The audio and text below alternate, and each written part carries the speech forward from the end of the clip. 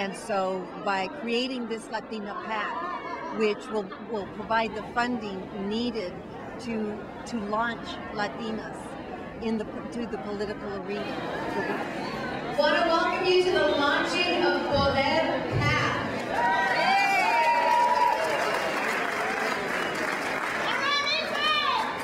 As you can see from the overwhelming turnout, there was definitely a need for PODER PAC. And I'd like to introduce you to the other two founding members of PODER PAC, Grace Garcia and Catherine Pino.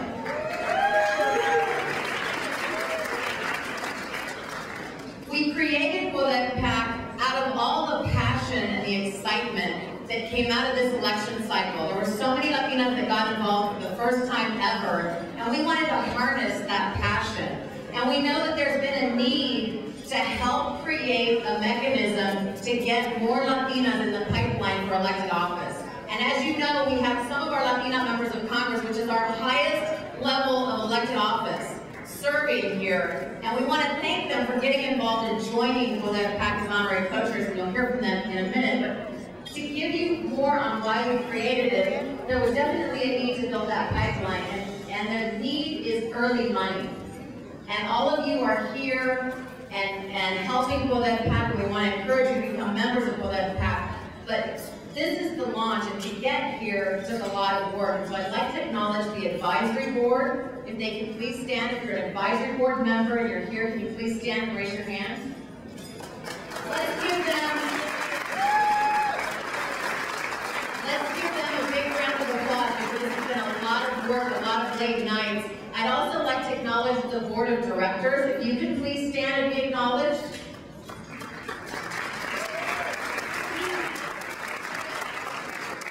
This has been a labor of love, and everyone that we called on said yes when we asked them to step up and accept the call to action. And we'd like to thank everyone for all their hard work.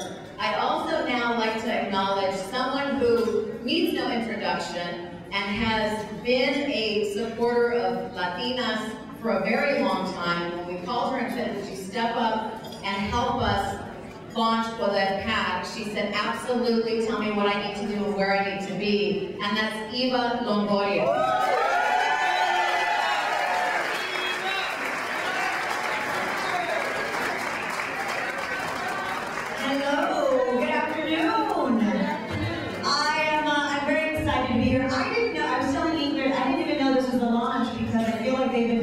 Forever.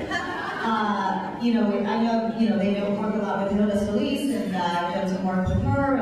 And thank you to Ingrid and Kathy and Grace for doing this for women everywhere. Thanks to all the elected officials who are here today, who are living role models for all of you out there, all the young Latinas who want to be one of these ladies in the next generation. And thank you to Senator Menendez, who's here, and this room full of estrogen. Welcome to the Lions Den of Latinas.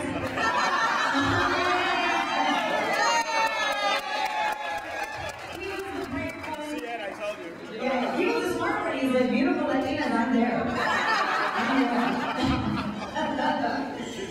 This election, as you know, the 2008 election has generated so much excitement and for women and for Latinas across the country. And I think it's important for us, not only as Latinas, but as women and as human beings, to engage in this process, because we're going to be affected by it, whether we're involved or not. So why not help make that difference? As everyone in this room knows, Latinos are the largest minority in the country. And I'm working a lot with Voto Latino, with Rosario Dawson and Nadia to really target the youth. And I think it goes hand in hand with what PODER PAC is doing in setting up infrastructure for the future. Whether it's electing Latinas, whether it's getting people out to vote, whatever it is, that's what this is about. It's about the future. And I don't know if you know, 50,000 Latinos turn 18 every month. That's the youth. So we're having this huge population change, and I think that should be represented in our government. This election is the turning point for for record-breaking numbers of Latinos not only getting out to vote. Latinos are getting excited and passionate and getting involved in the political process, but I think it's organizations like PODER PAC who are going to take that passion and harness it and ensure that Latinos are not only getting out and voting, but they're getting elected.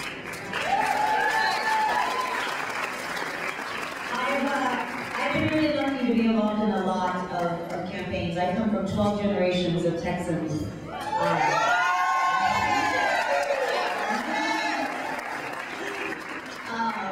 We were Mexico, then we were Texas, and then we were United States. We were very confused in Texas. But I've come from a long generation of strong women as well. And I was not a first generation college student. I was not a first generation English speaker. I was not, all of that had been already said and done. For me, I was really, really lucky to encounter early in my life a role model that really made me aware of the political process, which was Dolores Huerta.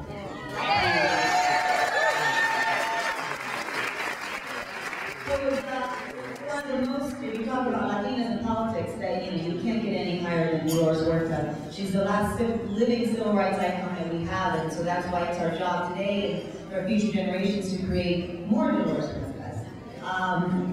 So I thank everybody for letting me be here. I know Dolores is probably busy, but she's the one that taught us Si Se Puede. So let's keep that going, and good luck to everybody, and PODER PAC, congratulations.